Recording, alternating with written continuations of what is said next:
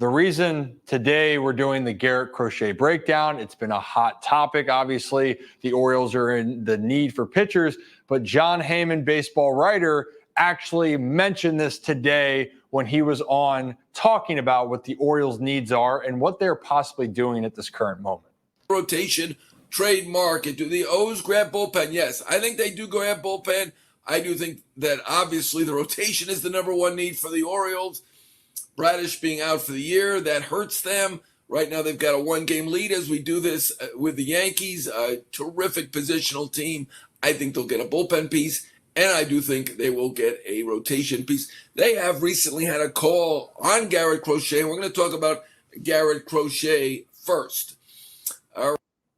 Okay, so that's the reason why we're talking about it right now, is that Jon Heyman was saying that the Orioles need pieces. We already knew that, but let's talk about Garrett Crochet. What makes him really appealing? What are some concerns? And then what it's going to cost for the Orioles to get him. And obviously we'll have some breakdowns of just how nasty his stuff is. But as you can see on the screen right now, this is what's appealing for Garrett Crochet. It's called team control. And as you can see, the arrow right there, he will not be a free agent until after the 2027 until the 2027 season, and he will be 28 years old. He's 25 right now. So we still got to go through arbitration 2 more times.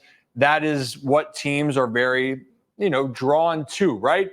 Then the next thing, as we keep going, is he's really good. He's very, very good. And if you want to look at this right now, he's got 141 Ks in 101 innings. He's got electric stuff. He's got a fastball that can get up there. We'll explain his pitches in a second. But this is where the concern is, at least for this year. But long-term, it can look really good. And I circled this for you guys here, okay? It's the innings pitched. Garrett Crochet has an injury history. He has not pitched, if you look, more than 54 innings since he's gone to the big leagues. So he's already about to double that number. And so you're wondering, how much is he going to get stretched out here given that previous injury history? Is he going to go to the bullpen? Are they going to say, screw it? I personally see a cautious approach with Garrett Crochet because of his age and because of how good his stuff is. So you're thinking for the future if you make this trade for Garrett Crochet. That's how it personally feels to me. And then let's just talk about how good his actual stuff is, right? So if you want to look right here, 4-seamer, cutter, slider, changeup. Those are the 4 pitches he likes to throw. And if you look closely, his average fastball is almost 97 miles an hour. Cutters almost 91.5. Slider, a really hard changeup, just as hard as that cutter. But he predominantly throws his fastball. That's what he pitches off of. And believe me, when you see the video, you understand why, because it's got a lot of life to it. And then that sets up the secondary pitches. But his fastball and cutter alone could be very, very effective in the big leagues. It already is. This is the thing with Garrett Crochet, a guy that if you look at so far, it's going to give you the stat right here. That's a terrible circle, Ryan. There we go. Over 11.5 Ks per 9 innings. That's third best in Major League Baseball. He's a power pitcher. He's a guy that can go out there and completely shut down a lineup in an instant, right? But we're going to start off right here of showing the fastball of how effective it is. So this is just going to be a fastball down the middle.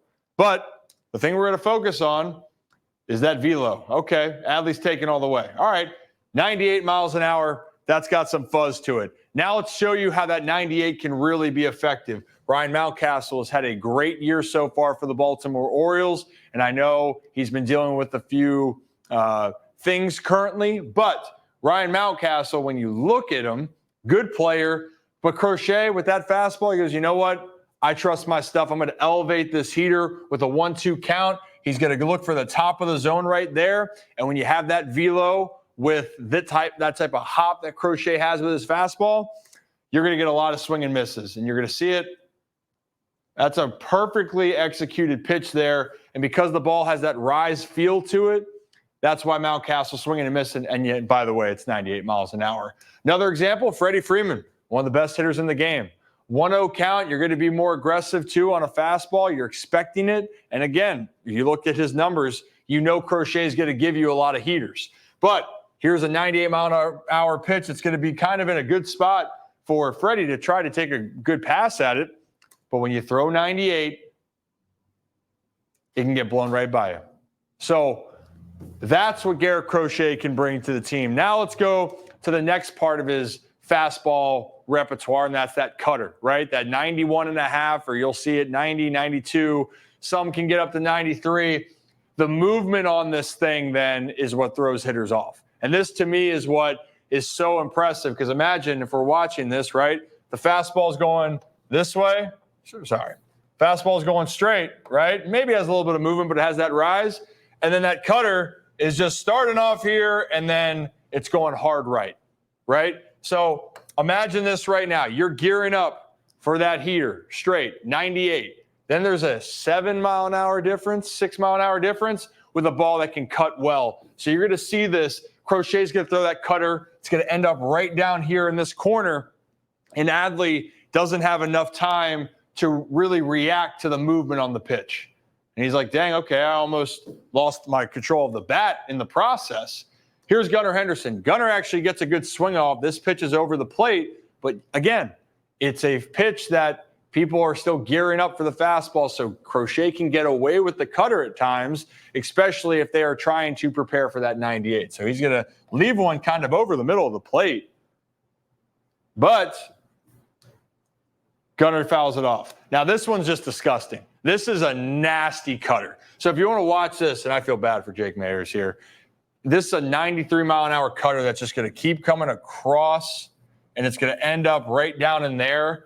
And you're just going to feel bad. I'm telling you, you're going to feel bad. But watch this movement on this pitch. Yee.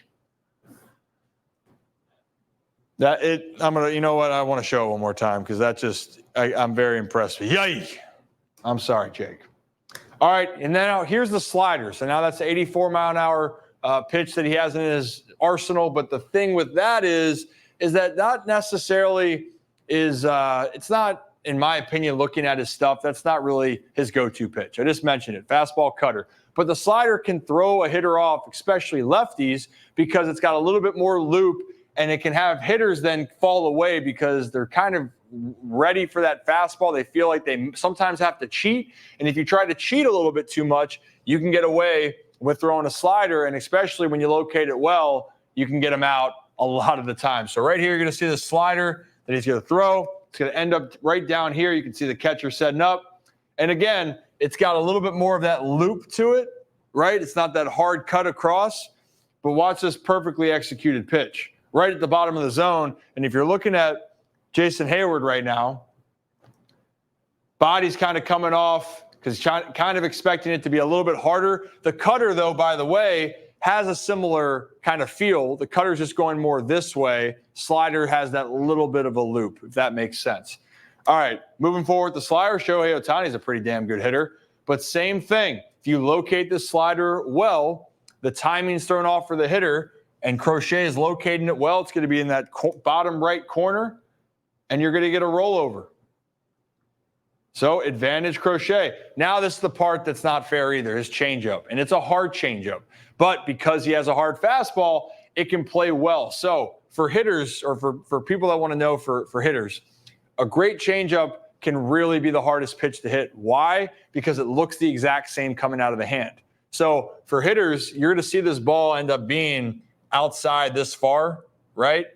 But the thing is, the reason why Hayes is swinging is because the ball has a feeling that it might be right at this corner right here. It feels like it might. But then the ball kind of just veers off right at the end, and that ball is coming in hard, and Hayes doesn't have a chance. So if you're watching it, yeesh. And it's way outside, right? I'm not denying that, and Hayes hasn't been seeing the ball well, at least in that moment. But again, this is a better example, okay? Here's going to be Will Smith. He's gearing up, and the fastball, he's thinking, okay, middle part of the plate, and the changeup's going to end up down here. But watch it come out of the hand. So right there, if a 98-mile-an-hour fastball is going to keep going, you're going to expect it to maybe end up right in the middle part of the plate. But no, it doesn't. This thing's going to keep dropping down in here, and Will Smith's not going to be able to check his swing. Or he gets a foul tip on it. So you're seeing the context of what can be. Now, let me talk last thing about Garrett Crochet and his windup, because this is the other part that makes him deceptive. You guys have heard me talk about deception. It's important, right? That's what you need as a pitcher that kind of can take you over the edge. Crochet with his windup. Freeze. Huge leg kick, by the way. We haven't seen something like that, it feels like, since, Dontrell Willis, maybe? But with that leg kick, with his body being turned in, he's hiding the baseball again. That's a part. And so for the last second, when he's going forward, so he's still, that arm is still well behind his head. He hasn't even picked up his arm to throw yet. It's still behind. And then at the last second, it's going to whip around there. And by the time he gets the arm out, you're trying to fully pick it up, and then it's just on you. And then you're trying to guess. So I want people to understand that with Garrett Crochet, there's a lot of movement too. So with that big leg kick, and you're trying to find the ball, and he's also a presence on the mound, that's really hard to pick up. And so factoring all of that in, factoring that he has good stuff, that he has a hard fastball, there's a reason why people want him. But now let's answer the question. What's it going to take for Garrett Crochet? It's going to take one of the big prospects for the Baltimore Orioles specifically. They're going to have to give up one of those quote-unquote untouchable guys, whether that be a Heston Kjerstad, Kobe Mayo, Sam Basayo. Personally, I don't think that they'd give up Jackson Holliday either, but you get my point. For a guy that's 25 years old and granted has injury history, the upside for control, and if you believe in the talent that he can get by those injuries, then this is a frontline starter on your team for the next 2 seasons, and then you're going to have the chance to extend him. At 28 years old, that's appealing. For this season, short term, he might not be the answer if you're trying to chase a World Series. Already past his innings limit. How much are they going to push him? And you have to be really careful because of those injuries.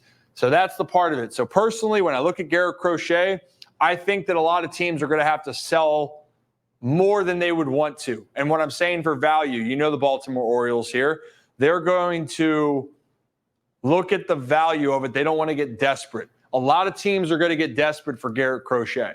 The question's going to be, do the Orioles want to be that desperate team?